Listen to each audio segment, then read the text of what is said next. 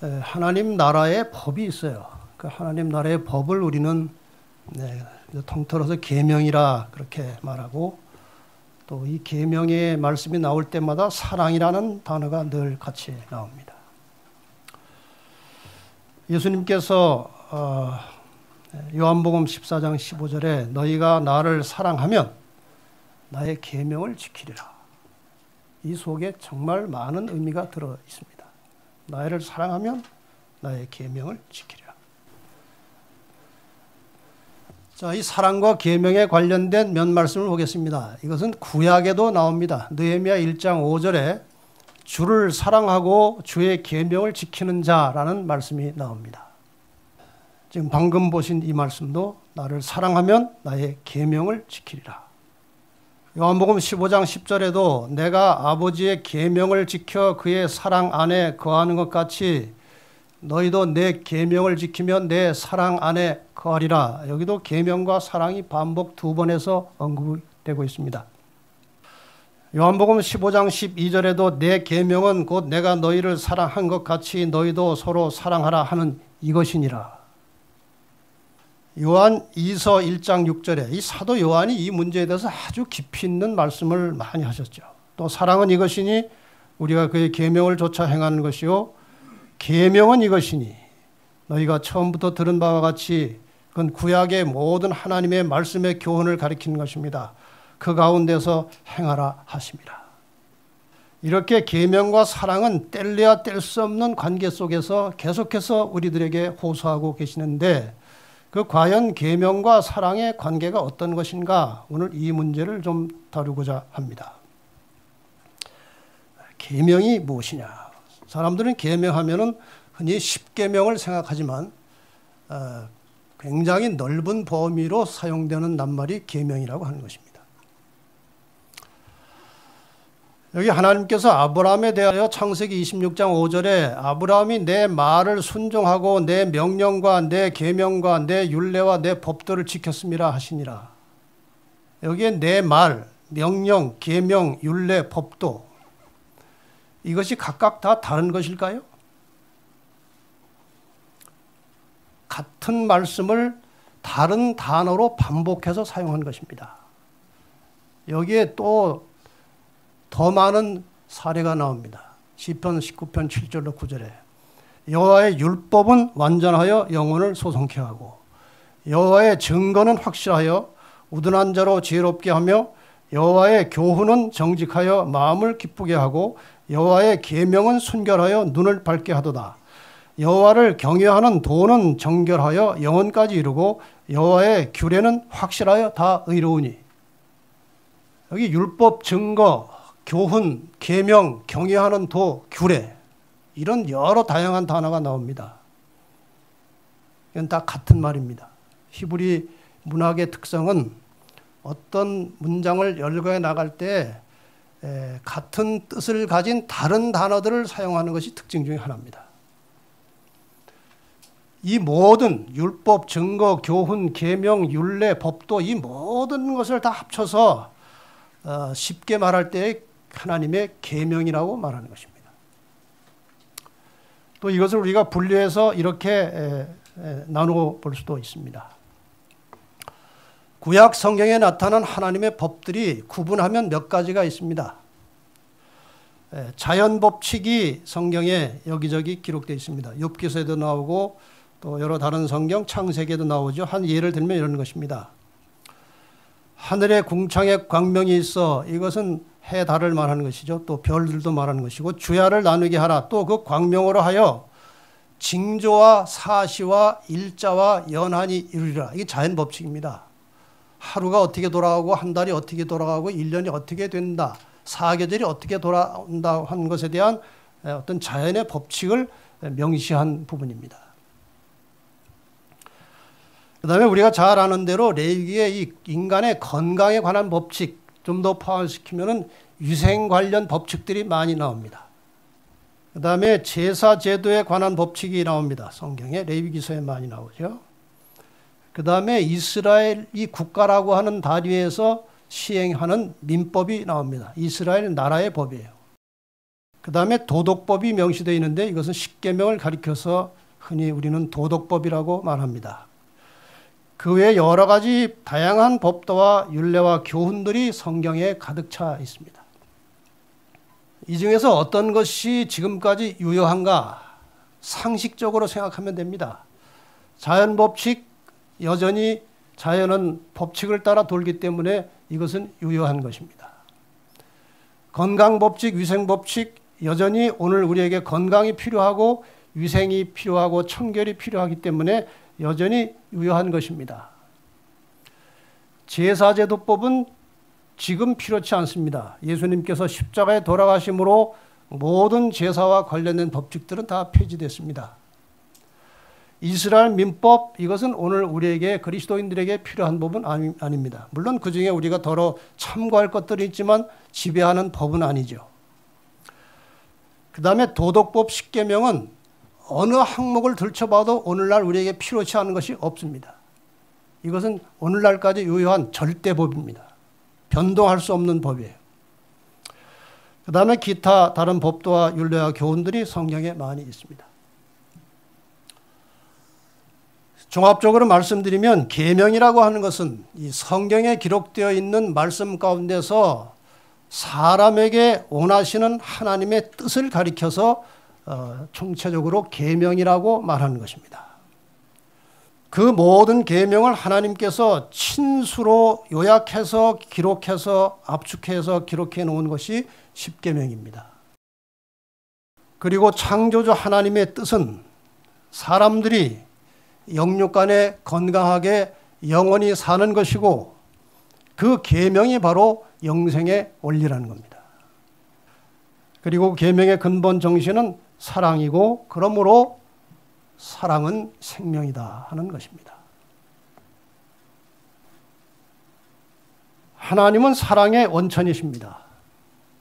그리고 하나님은 생명의 근원이십니다. 근원이 같습니다. 사랑과 생명은 근원이 같은 것입니다. 그래서 사랑은 생명이라고 하는 등식이 성립이 되는 것이죠.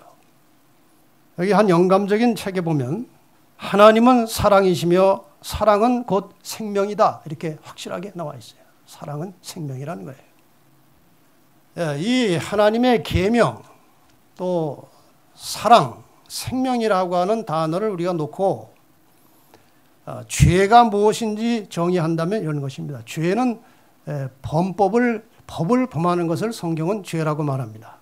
그래서 하나님의 법, 하나님의 계명, 사랑을 범하는 것이 성경은 죄라고 규정합니다. 제가 종종 이 죄의 정의를 이렇게 말씀을 드렸습니다. 하나님께서 하라고 하신 것을 하지 않는 것도 죄고 하지 말라고 하는 것을 하는 것이 죄다 그랬어요. 사랑을 하라고 했는데 하지 않는 것은 죄입니다. 우리가 그걸 늘 망각하고 살아요. 하나님이 하라고 하신 것을 안 하는 것도 죄예요. 그리고 죄를 짓지 않는 가장 중요하고 가장 효과적인 방법은 법을 순종하는 거예요. 그럼 죄가 물러갑니다. 이걸 중심으로 좀 말씀을 드리겠습니다. 이 죄 문제에 대한 사도 요한의 가르침을 지난번에 이어서 요한 1서에 있는 몇 말씀을 다시 보겠습니다. 요한 1서 2장 1절과 2절은 이렇게 기록하고 있습니다. 나의 자녀들아 내가 이것을 너에게 쓰면, 지금 요한 1서를 말하는 것이죠. 내가 이것을 너에게 쓰면 너희로 죄를 범치 않게 하려 함이라. 이 말씀을 너희가 잘 읽어보면 죄를 범치 않을 수 있는 방법이 나온다는 거예요. 만일 누가 죄를 범하면 아버지 앞에서 우리에게 대언자가 있으니 혹시 너희가 죄를 지어도 이 죄를 해결해 주신 분이 있다는 거예요. 그러니까 죄를 안 짓도록 최대한 선을 행하고 의를 이루어 가다가 혹시 실수해서 죄를 범하더라도 염려하지 말라. 죄를 해결할 수 있는 대언자가 계시다. 이 교훈을 우리에게 주시는 것입니다. 그분이 곧 의로우신 예수 그리스도시라. 저는 우리 죄를 위한 화목 제물이니 우리만 위할 뿐 아니요 온 세상의 죄를 위하심이라. 죄를 범하지 않은 방법, 선을 행하는 길도 있지만 죄를 혹시 범해도 용서받을 수 있는 길이 있다고 하는 메시지가 이 속에 들어있는 것입니다. 여기 참 우리를 당혹하게 만드는 성경절이 나옵니다. 요한일서 3장 6절에 그 안에 그리스도 안에 그리스도의 사랑 안에 거하는 자마다 범죄하지 아니하나니 범죄하는 자마다 그를 보지도 못하였고 그를 알지도 못하였느니라. 9절도 비슷한 말씀이 나옵니다. 하나님께로서 난 자마다 죄를 짓지 아니하나니 이는 하나님의 씨가 그 속에 거하며 저도 범죄치 못하는 것은 하나님께로 났습니다. 여러분 이 성경절을 보니까 어떻게 편합니까? 조금 불안합니까? 그 안에 거하는 자는 뭐 하지 않는다고요? 범죄하지 않는다고 그랬어요. 하나님께로서 난 자마다 죄를 짓지 않는다고 그랬어요. 근데 우리가 죄를 지어야 안 지어요? 짓습니다. 그럼 하나님께서 난 자가 아닌가? 그 안에 거하는 것이 아닌가? 이런 의문을 가질 수 있습니다. 여기에 관련해서 제가 성경 주석을 여기저기 찾아봤습니다. 이게 무슨 말인가? 현실적으로 이것은 우리하고 어울리지 않는 말인데 이게 무슨 뜻인가?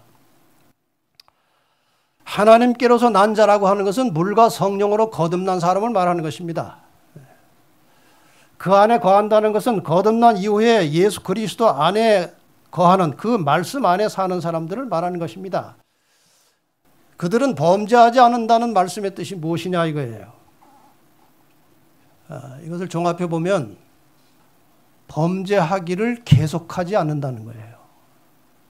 또 다른 말로 상습적으로 범죄하지 않는다는 것입니다. 그러니까 물과 성령으로 거듭나서 그리스도 안에 거하는 사람들은 이전에 짓던 죄들을 미워하고 싫어하고 거부하고 더 이상 그 죄를 짓지 않으려고 노력하고 살지 이전에 하던 것을 계속해서 그렇게 죄된 생활을 하지 않는다는 그 말이에요. 정리하면 이런 것입니다. 예수 그리스도를 구주로 영접하고 회개하여 물과 성령으로 거듭난 사람들은 이전에 습관적으로 상습적으로 범하던 죄를 더 이상 계속하지 않는다. 그러다가 또 실수할 수 있어요? 있어요. 그러나 무슨 길이 있어요? 용서받을 수 있는 길이 있다는 것입니다.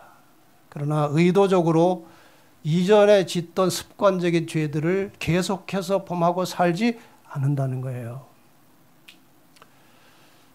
제가 그런 이야기를 오래전에 들었습니다. 옛날에 술, 담배 잘하던 장로님 한 분이 교인이 돼가지고 신앙생활 오래 하면서 이제 장로님이 됐어요. 그런데 여전히 그 담배 연기가 좋은 겁니다. 냄새 맡으면 좋은 거예요. 남 술 마시는 거 보면은 부러운 거예요. 한번 마셔봤으면 좋겠다.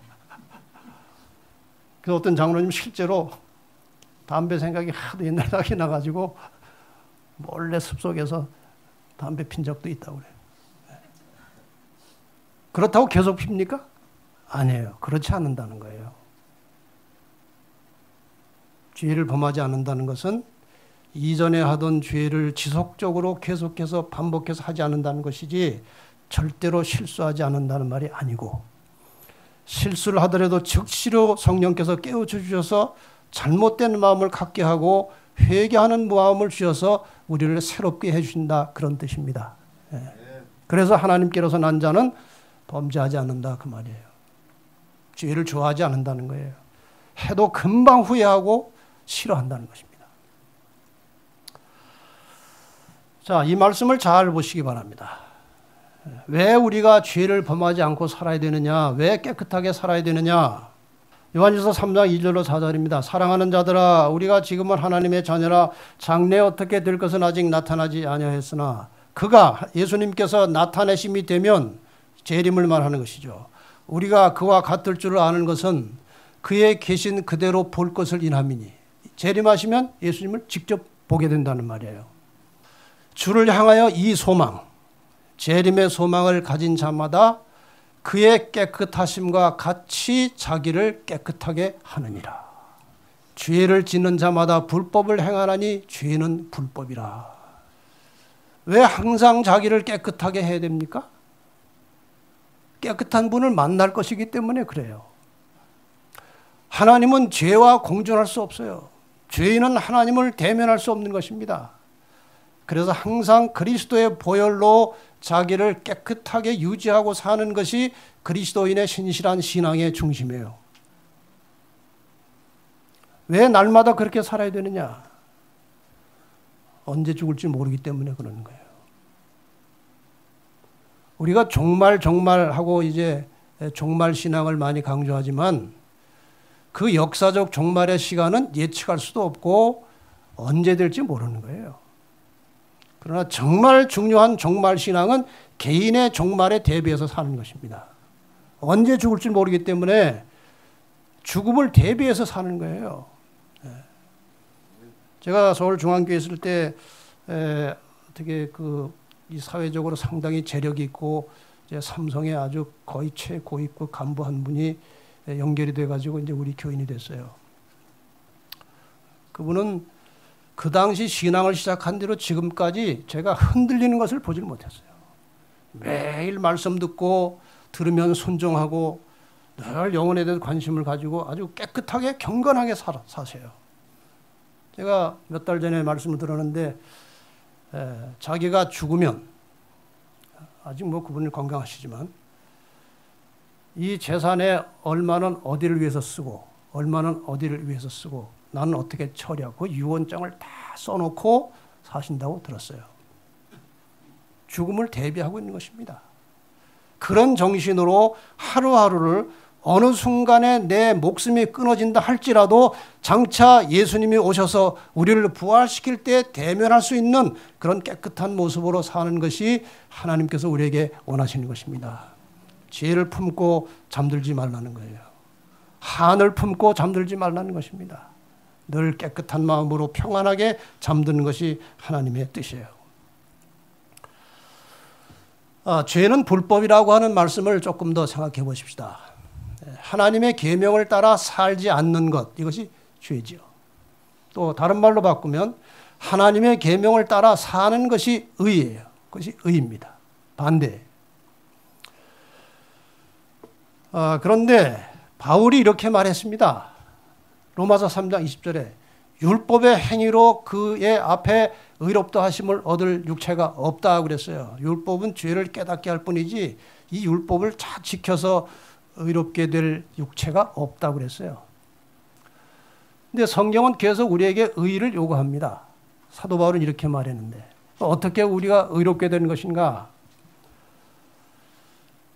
로마서 5장 18절에 그런즉 한 범죄로 말미암아 사람이 정죄에 이른 것 같이 의의 한 행동으로 말미암아 많은 사람이 의롭다 하심을 받아 생명에 이르렀느니라. 이게 무슨 말입니까? 한 범죄로 많은 사람이 정죄를 받았고 다시 한 의의 행동으로 많은 사람이 그 정죄로부터 의롭다 하심을 받았다고 말씀하십니다. 이 의미를 잠깐 도표로 설명을 해드리려고 합니다. 인류의 역사가 처음 시작되었을 때는 죄가 없었습니다. 근데 사탄이 인간을 미혹해서 죄 자체가 이 속에 들어왔습니다. 지구상에. 그래서 이 한 범죄, 사탄의 한 범죄와 그 사탄의 미혹에 빠진 아담과 하와의 범죄로 인해서 모든 사람이 죄인이 되었습니다. 모두 죄인이 된 거예요. 그 다음에 의의 한 행동으로 말미암아 이런 상태에서 의의 한 행동이 나타나는 것인데 이것이 예수 그리스도의 십자가 죽음이에요. 이 한자에 상당히 깊은 의미가 있어요. 여러분 의라는 말은 뭐 다 아시는 거지만 잘 보시면 두 글자로 되어 있습니다. 위에 있는 것은 양자제 양, 아래에 있는 것은 나 아자예요. 우리가 의롭게 되는 것은 결국 어린 양 대신 그리스도 아래 들어갈 때에 연결되어서 의를 입는 것이지 우리가 행위를 잘해서 의롭게 된다는 것이 아님을 보여주고 있는 것입니다. 의의 한 행동, 우리를 위해서 돌아가신 예수 그리스도의 희생과 죽음, 우리 죄값을 대신 지불하신 그분의 행동에 의해서 우리는 생명으로 들어가게 되었습니다. 이 의의 한 행동을 이해도 하기 싫어하고 알기도 싫어하고 믿지도 않는 사람들은 다시 정죄에 그대로 머물러 있게 되는 것이 원리예요.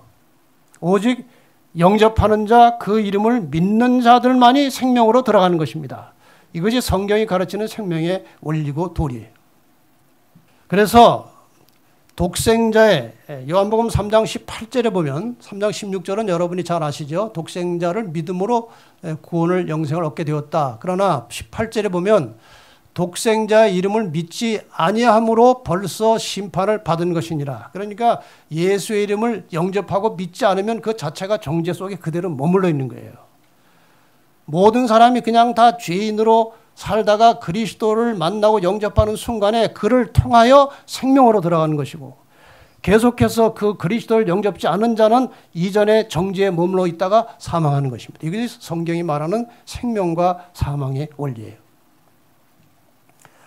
그래서 이러한 원리로 볼 때 로마서 3장 24절이 이해가 되는 것입니다. 그리스도 예수 안에 있는 구속으로 말미암아 하나님의 은혜로 값 없이 의롭다 하심을 얻은 자 되었느니라. 아무 대가 지불하지 않고 우리는 그냥 예수 그리스도께서 나의 죄를 대속하시고 내 죄값을 지불하시고 십자가에 돌아가셨다는 사실, 그분이 나의 구주라는 사실을 인정하고 믿는 순간에 우리는 생명으로 들어간다는 것입니다. 그게 의롭게 되는 원리예요.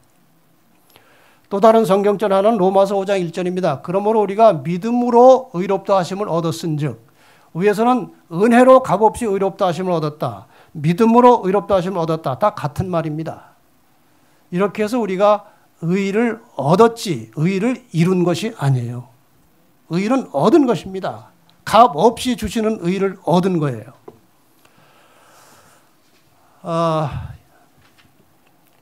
2011년에 이아무개라는 부장판사가 그 당시 대통령에게 모욕적인 표현을 한 죄로 부장판사 6개월 정직 징계를 받았습니다. 대통령을 함부로 모욕 준 그런 패러디를 만들어서 여기저기 뿌리다가 이렇게 징계를 받았어요. 퇴직해서 변호사 개업을 하려고 했는데 변호사 협회에서 그런 징계받은 사람은 변호사할 자격이 없다. 그래서 변호사 등록도 해주지 않았습니다. 그래서 할 수 없이 법무법인의 사무장으로 취직해서 일을 했습니다. 그런데도 정신이 괜찮은 사람이에요. 부장판사 하던 사람이 법무법인 사무장 일을 하게 된 겁니다. 여러 해가 지난 다음에 정권이 바뀌었습니다. 그래서 법원 행정처에서 이 사람을 사면시키는 절차를 이제 밟는 과정에서 그 필요한 서류에 본인의 동의하는 서명을 요청했는데 자기 사면 안 받겠다고 거절했어요. 얼마든지 사면 받을 수 있지만 안 받겠다고 했기 때문에 그냥 그 죄를, 징계를 가지고 변호사를 개업을 못하는 것입니다. 모든 인류를 위해서 구원의 길이 열려 있고 용서받을 수 있는 길이 다 열려져 있어요. 그런데 이 사면을 거절한 죄인들이 많이 있다는 것입니다. 구약시대에는 어린 양의 희생제물을 드리는 제사제도를 통해서, 신약시대에는 예수 그리스도의 십자가 희생과 죽음을 통해서 인간의 죄값을 지불하고 사면받을 수 있는 길을 열어놨습니다. 서류가 왔어요. 우리는 서명하면 돼요. 그러나 수많은 사람들이 이 사면을 거절하고 여전히 죄인으로 살아가고 있습니다. 뿐만 아니라 어떤 죄인들은 사면을 받은 후에 이전에 습관적으로 범하던 죄를 계속 범함으로 다시 이전 상태로 돌아가는 사람도 허다하게 많다는 것입니다. 여기에 대하여 베드로 후서 2장 21절과 22절에 이런 말씀이 명백하게 나와 있습니다. 의의 도를 안 후에 받은 거룩한 명령을 저버리는 것보다 알지 못하는 것이 도리어 저에게 나으니라. 참 속담에 이르기를 개가 그 터였던 것에 돌아가고 돼지가 씻었다가 더러운 구덩이에 도로 누웠다는 말이 저에게 응하였도다. 여러분 절대 이러한 일이 여러분의 신앙생활에서 일어나지 않게 되기를 바랍니다. 이건 큰 저주입니다. 예수를 잘 믿고 신앙생활 하다가 타락해서 버려진 것보다 아직 모르는 게 더 낫다는 거예요. 왜? 길이 있기 때문에 그래요. 길이 있기 때문에. 자, 이제 사도 요한은 다시 범죄하지 않는 방법에 대해서 권면하고 있습니다. 범죄하지 않는 방법. 단순하게 나와 있지만 우리가 상당히 깊이 생각해 볼 말씀이에요. 범죄하지 않으려면 죄 안 지으려고 노력하지 말고 형제를 사랑하라는 거예요. 확실하게 나와 있습니다.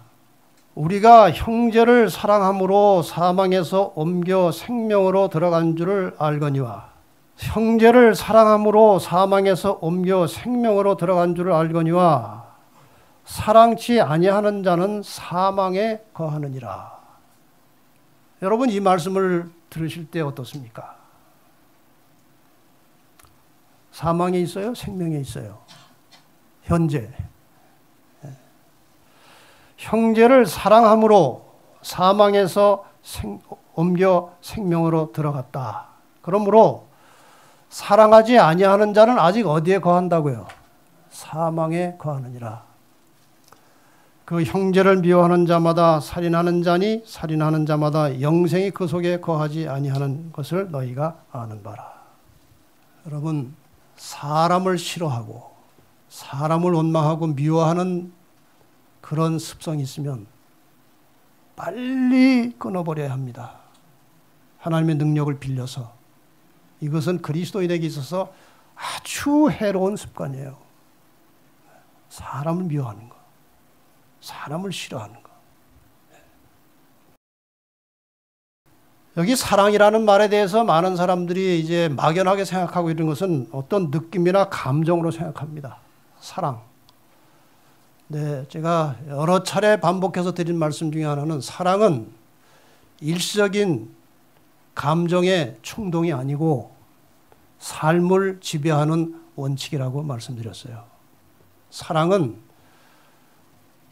충동의 감정이 아니고 우리의 삶을 지배하는 원칙이라고 말씀드렸고 그 원칙이 바로 남에게 대접을 받고자 하는 대로 남을 대접하라는 원칙이라고 제가 여러 차례 말씀을 올렸습니다.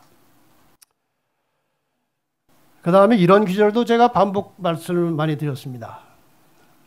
제가 그 전에 말씀드렸듯이 목사가 교인들에게 아주 고마워하는 것 중에 하나는 말씀을 잘 잊어버려 준다는 거예요. 그래서 옛날에 한 말도 다 잊어버리고 있어요. 그래서 제가 또 말하는 것입니다. 네. 이 말씀도 제가 여러 차례 드렸습니다. 내 가진 모든 것, 내 시간과 재능과 재물과 능력과 내 모든 것을 이용해서 사용해서 다른 사람의 유익과 행복을 위해서 쓰고 있다면, 살고 있다면 구원받은 확실한 증거라고 그랬어요. 왜냐하면 그것이 사랑이거든요. 사랑은 감정이 아니에요. 느낌이 아니에요. 우리의 삶을 지배하는 원칙이에요. 그래서 나의 모든 가진 것, 하나님이 주신 나의 모든 것을 가지고 다른 사람의 유익과 행복을 위해서 살고 있다면 그것이 사랑이고 그것이 계명을 지키고 구원받았다는 증거라고 말씀하시는 것입니다. 여기에 연속해서 그 말이 나오지 않습니까? 재물을 나누어주라. 요한일서 3장 17절 18절에 보면은 누가 이 세상 재물을 가지고 형제의 궁핍함을 보고도 도와줄 마음을 막으면 하나님의 사랑이 어찌 그 속에 거할까 보냐. 자녀들아 우리가 말과 혀로만 사랑하지 말고 오직 행함과 진실함으로 하자. 지금 사도 요한이 아까 서두에 읽은 말씀에 하면 내가 이 글을 너에게 쓰는 것은 너희로 범죄하지 않게 하려 함이라고 말씀드렸어요. 그 범죄하지 않게 하려고 하는 대단히 중요한 두 원리는 사랑의 마음을 가지고 자기 가진 것을 다른 사람에게 나누며 사는 것이 범죄하지 않는 방법이라고 가르쳐 주는 것입니다. 자, 이렇게 살 때 여기 주신 말씀대로 정말 사랑의 마음의 동기를 가지고 자기 가진 것을 베풀고 나누고 돕고 이렇게 살 때 늘 마음이 평안하고 안정되고 정결하게 된다는 거예요. 이런 상태로 기도하라는 거예요. 요한일서 3장 21절 22절입니다. 사랑하는 자들아, 만일 우리 마음이 우리를 책망할 것이 없으면, 양심에 꺼리낌이 없으면 그 말이죠. 하나님 앞에서 담대함을 얻고 무엇이든지 구하는 바를 그에게 받나니 이는 우리가 그의 계명들을 지키고 그 앞에서 기뻐하시는 것을 행함이라. 혹시 기도 응답이 잘 안 되고 있다면 이 성경절을 한번 깊이 묵상해 보시기 바랍니다. 우리 마음에 책망할 것이 없으면, 하나님 앞에 사람 앞에 거리낌이 없으면, 그 거리낌이 없으면 뭐 자기가 온전하다는 것이 아니고 늘 그리스도의 은혜와 십자가 공로로 씻음을 받고 죄를 지속적으로 범하지 않을 뿐만 아니라 다른 사람을 사랑하고 베풀고 나누고 남의 행복과 유익을 위해서 살고 있으면 마음이 평안한 것입니다. 자기 유익을 추구하는 사람들은 늘 마음이 불안하고 안정이 되지 않아요. 왜? 채워지지 않습니까? 채워져도 더 많은 것을 원하기 때문에 안정이 안 되는 것입니다. 근데 자기를 다 비우고 가진 것조차도 남을 위해서, 다른 사람의 유익과 행복을 위해서 쓰고 있다면 마음이 평안할 것이고 거리낌이 없을 것이고, 그래서 기도할 때 확실한 믿음이 생길 것이고 구하는 바를 그에게 받는다고 그랬어요. 이것이 그리스도인의 매일의 삶의 매우 정상적인 궤도인데 우리가 이 궤도를 떠나서 살 때가 너무나 많은 것이 연약한 인간의 모습이에요. 십계명 위에 예수님의 십자가가 있어요. 이 계명을 범한 인간들을 구원하시기 위해서 예수님께서 대신 돌아가신 것입니다. 이 법을 해치지 않기 위해서 예수님께서 돌아가셨어요. 이 법의 정신은 사랑입니다. 사랑 때문에 돌아가셨습니다. 이 속에 많은 의미가 들어있어요. 요한일서 3장 23절에 그의 계명은 이것이니 곧 그 아들 예수 그리스도의 이름을 어떻게 하고 믿고 그가 우리에게 주신 계명대로 서로 사랑할 것이니라. 그리스도를 믿으면, 예수 그리스도의 십자가를 통해서 내 죄가 용서함 받고 내가 구원과 영생을 얻었다는 사실을 믿으면 이 계명을 따라서 서로 사랑하라, 이렇게 말씀하셔요. 제가 저 십자가 그림을 보고 저 십자가 상에서 예수님께서 우리에게 무슨 말씀을 하실까? 이거예요. 너희가 서로 사랑하라. 너희가 서로 사랑하라. 이 말씀을 하시고 가신 것입니다. 너희가 서로 사랑하라.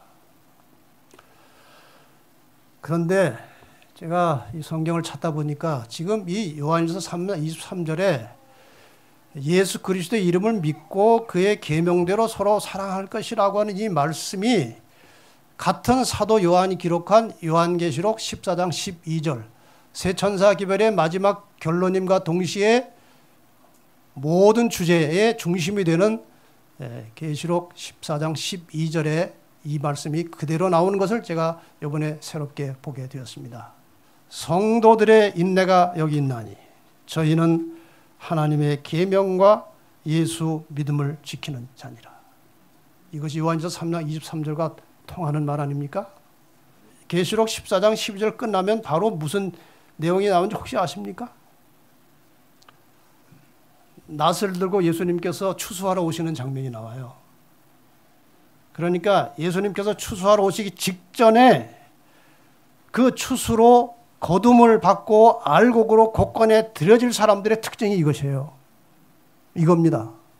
이미 요한일서 3장 23절에 언급이 되었지만 이 마지막 시대에 전할 복음을 최대한 세상 사람들에게 전하고 이 복음을 전했거나 그 전한 복음을 들은 사람들이 깨닫고 구원받아 승천할 사람들의 자질이 여기 나온 거예요. 성도들의 인내가 여기 있나니 저희는 하나님의 계명과 예수 믿음을 지키는 자니라. 이런 사람들이 하늘나라의 한 백성으로 같이 함께 산다는 것입니다. 그런데 사도 요한은 이 말을 놓치지 않았습니다. 그의 계명들을 지키는 자는 주 안에 거하고 주는 저 안에 거하시나니 우리에게 주신 성령으로 말미암아 그가 우리 안에 거하시는 줄 우리가 아느니라. 이게 무슨 말입니까?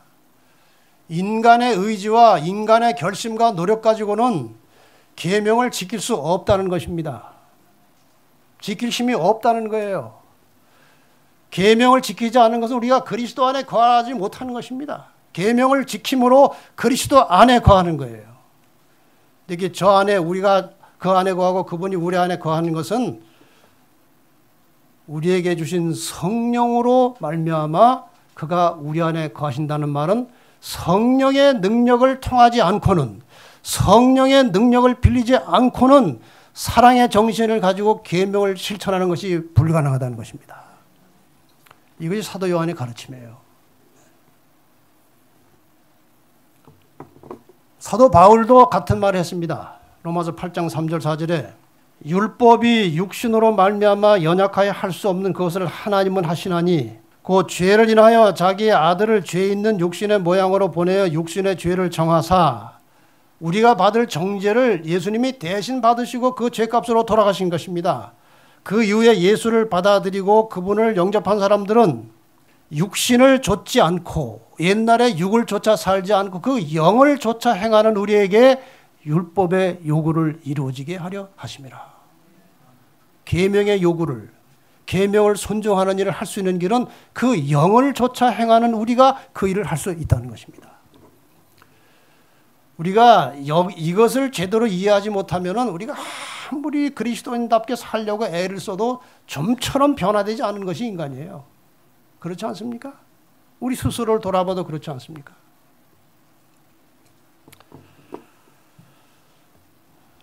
그런데 요한일서 4장 12절 13절에 이 말씀이 또 나오더라고요. 어느 때나 하나님을 본 사람이 없을 때 만일 우리가 서로 사랑하면 하나님이 우리 안에 거하시고 그의 사랑이 우리 안에 온전히 이루느니라. 그 다음에 또 뭐라고 그랬어요? 그의 성령을 우리에게 주심으로 우리가 그 안에 거하고 그가 우리 안에 거하시는 줄을 아느니라. 여기 또 한 영감적인 책에 보면 이런 말씀이 있어요. 그의 계명을 지키는 백성은 언제나 봉사를 위해서, 남을 위한 봉사를 위해서 준비를 갖추고 있어야 한다. 그들은 계속적으로 더욱 많은 은혜와 능력, 성령의 역사에 대한 지식을 받을 준비가 되어 있어야 한다 그랬어요. 남을 위한 봉사, 사랑의 실천, 이 모든 것들은 인간 스스로의 개인의 능력으로 되는 것이 아니고 오직 성령의 역사로만 된다는 사실을 다시 한번 강력하게 우리에게 요청하고 있는 것입니다. 그래서 여러분에게 제가 아침마다 드리는 필수 기도문을 하나 제안하려고 하는 거예요. 아침마다 이 기도는 필수적으로 다른 것보다 먼저 드리고 싶은 기도가 이거였으면 좋겠다는 거예요. 하늘에 계신 아버지, 저를 사랑하시고 구원해 주신 아버지를 사랑합니다. 아버지를 사랑하는 마음으로 계명에 순종하며 살기를 원합니다. 계명의 근본 정신인 사랑을 실천하며 살고 싶습니다. 그런데 그런 마음은 간절하지만 인간의 본성 때문에 그것이 쉽지 않습니다. 약속하신 성령님 이 아침에 저에게 보내주시고 온종일 저의 생각과 언행을 주관해 주셔서 진정으로 사람을 이해하고 용납하고 용서하며 사랑할 수 있는 마음을 주시옵소서. 저의 모든 존재와 삶을 통해서 하나님의 영광이 드러날 수 있도록 저를 도와주시기를 간절히 구하오니 저를 도와주시옵소서. 여러분 아침마다 이 기도를 드리고 하루를 출발하시는 게 어떻겠습니까? 이것이 그리스도인의 본분이에요. 우리가 아무리 길고 긴 신앙생활을 했어도 아무리 교회 여러 가지 많은 직책을 맡고 화려한 일을 해도 기본적으로 이러한 것이 우리 생활에서 조금씩이라도 실천되지 않으면 우리의 신앙은 헛것입니다.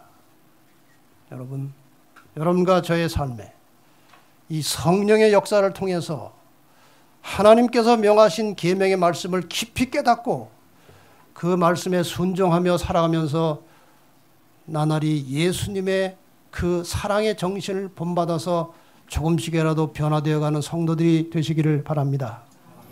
다시 어제 보셨던 성경절 한 번 더 보겠습니다. 요한일서 2장 15절 17절. 세상이나 세상에 있는 것들을 사랑치 말라. 이 세상도 그 정욕도 지나가되 오직 하나님의 뜻을 행하는 이는 영원히 거하느니라.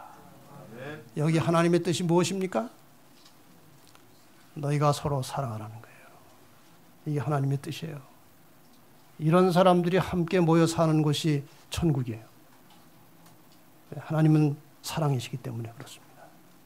아무쪼록 이 말씀을 오늘 가슴에 새기시고 우리의 모든 신앙생활, 영적 생활 전반에 걸쳐서 하나님의 뜻, 사랑을 배우고 실천하며 하나님의 말씀에 순종함으로 내 자신을 철저히 희생하여 다른 사람의 유익과 행복을 위해서 살아가는 그리스도를 닮은 그리스도인들이 되시기를 간절히 바랍니다.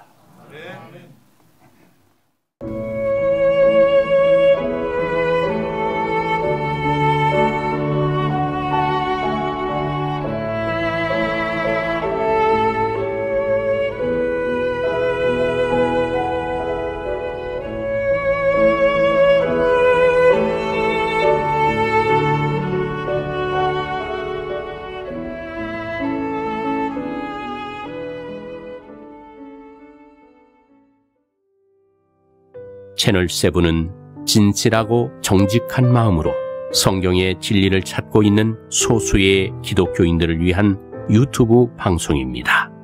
많이 청취하시고 주변의 기독교인들과 공유하여 주시면 감사하겠습니다.